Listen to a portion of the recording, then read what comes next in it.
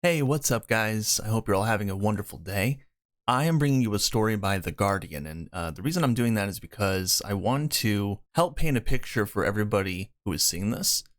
I'm not just going to go through one article today. I'm going to touch upon a couple of other articles that I feel align with this one, because if you've been paying attention after the release of the finale of The Rings of Power, articles have just been all over the place, just swaths of defense articles, and they've gotten even crazier since the backlash against Rings of Power and the showrunners has gotten crazier.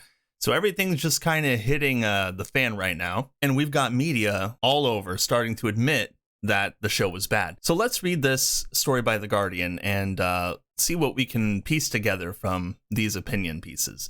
Now it's over. Let's come out and say it. The Rings of Power was a stinker. Wow. That's from The Guardian, by the way. Seems they're coming out and admitting what we have all been thinking since before we even started watching it. The world's most expensive show, which looked like an episode of Hollyoaks, only with woeful acting, was so inept that every episode left you snickering. When The Lord of the Rings of Power debuted at the same time as House of the Dragon, which is a much better show, much noise was made about which show attracted more eyeballs. Yeah, and I think it was quickly decided that The Rings of Power was an inferior show compared to The House of the Dragon.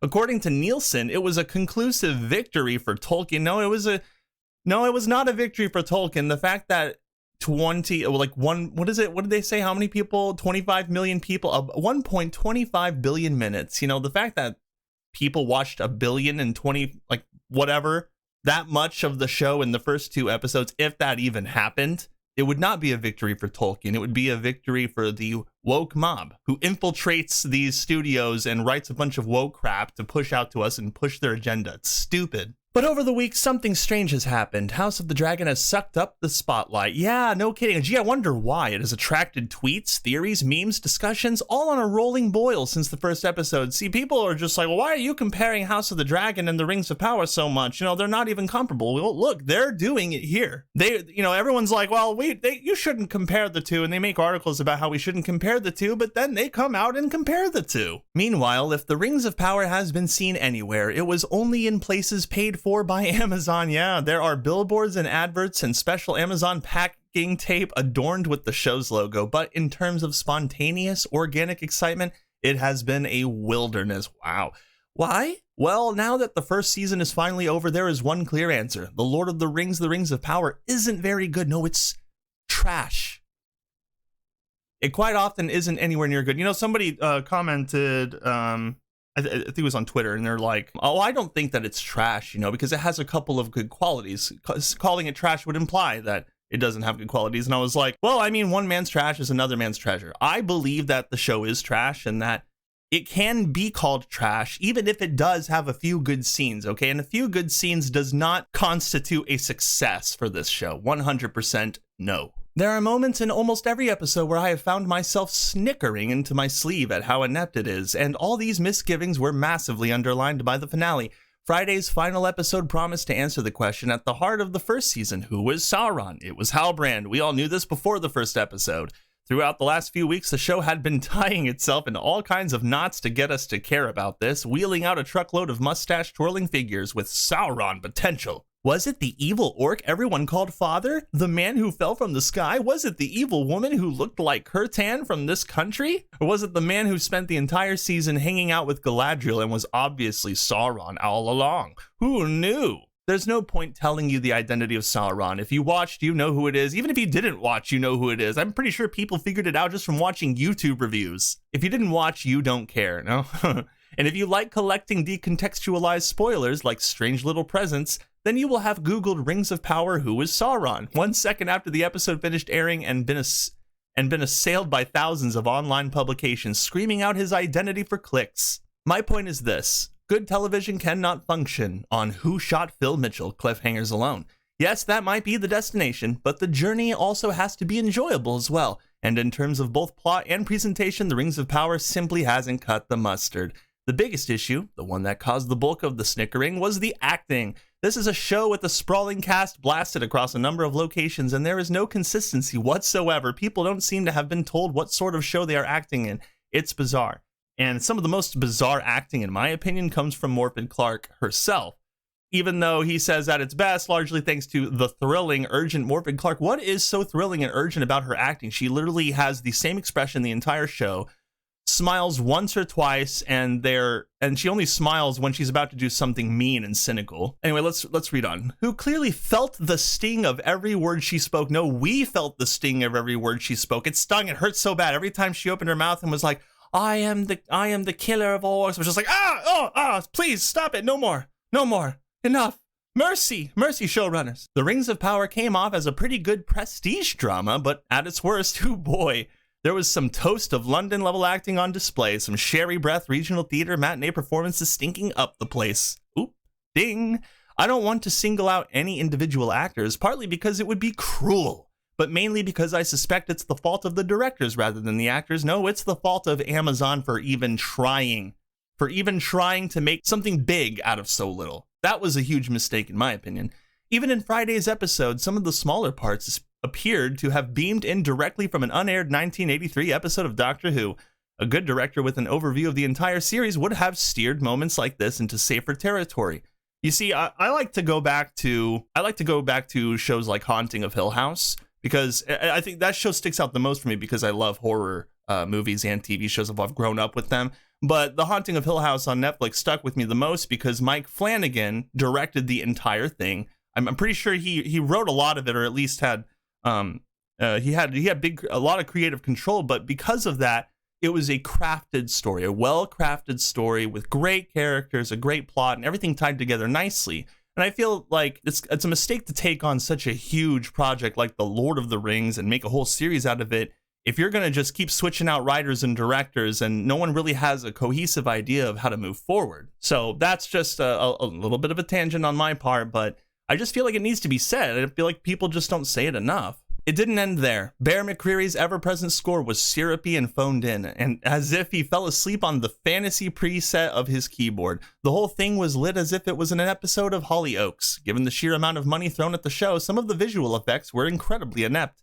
Tonally, too, the drama didn't know if it was meant to be for beginner, intermediate, or expert-level Tolkien fans. As such, it felt like it was made for nobody. See, you can kind of feel the disappointment in this article, the way that he talks about it in a disappointing way. A while ago, someone on the financial side of the television industry reminded me that Amazon isn't a television company. It's a mail-order business that dabbles in TV to boost its cred. The Rings of Power seems to be a perfect case in point, as if Amazon dumped $1 billion into it for the headlines, then ignored a lot of the details. The frustrating thing is that there is clearly so much potential here.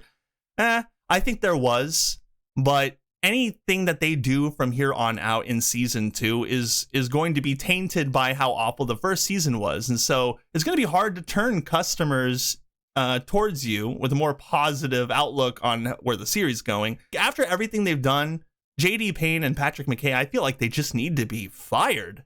They're not good showrunners, they're not good directors, and they just sound like bad, mean people who just copy-paste everything. All of their ideas are copied, all of their ideas are unoriginal. Most of the show is just taking scenes, lines, and literal shots sometimes, especially the ending of the series, from Peter Jackson's movies. And I remember that they were making articles about how, we want this show to stand on its own. It's nothing like Peter Jackson's films, but there is so much that they copy. There's so much that they try to emulate, even down to the dialogue itself, which is all whispery and quiet. If you remember, they did that in the Peter Jackson movies too. You know, I don't remember reading the Lord of the Rings books and thinking, man, all these people whisper a lot. Okay, everybody was exclaiming, everybody was expressing themselves in the novels in really cool ways. But it seems that the show itself, The Rings of Power, copied Peter Jackson's method of having actors and actresses talk really quiet to get their points across, make it feel like what they're saying is threaded with conviction and it has such deep, amazing meaning. It's a delusion. It's not just a delusion, it's an illusion that they created to try and lure in Lord of the Rings fans. But let's go to another story that I feel aligns with this one. So this one says, Rings of Power Season 2 will be more canonical, says Lord of the Rings showrunners. And I'm not going to go through the whole article, but there is one piece I found interesting. I felt like you would all want to hear. The introduction of new characters like Círdan in the Rings of Power Season 2 implies a heavier focus on the rings as well. as Círdan in particular warns Celebrimbor against working with Anatar, whoever that is. Rings of Power doesn't show a character named Anatar, they only show a character named Halbrand, to create them. Payne and McKay have also previously detailed a 2-episode battle in Rings of Power Season 2, which could be an adaptation of Sauron's siege of the elven city Eregion during the War of the Elves and Sauron. You know, if that's true, they just spoiled it. And if they're spoiling it right now, it must mean that they're very desperate. They're willing to just spoil parts of the second season and talk about what they plan to do just to get people interested in this, because they know they messed up. They know it. It's right here. Like, please watch our show, please. Oh my word. Such a conflict, however, would require the One Ring to be forged, implying viewers may see the titular Lord of the Rings heirloom sooner rather than later. With promises of a canon-focused story, Payne and McKay are setting the stage for an action-packed, fast-paced, and memorable The Rings of Power Season 2. First off, I highly doubt that the article writer, I don't think that he really believes that. I really don't think he believes it's going to be an action-packed, fast-paced, and memorable The Rings of Power Season 2, because we've got stuff like this from The Guardian. It was a stinker, but this guy's like, it's amazing, just like the last one.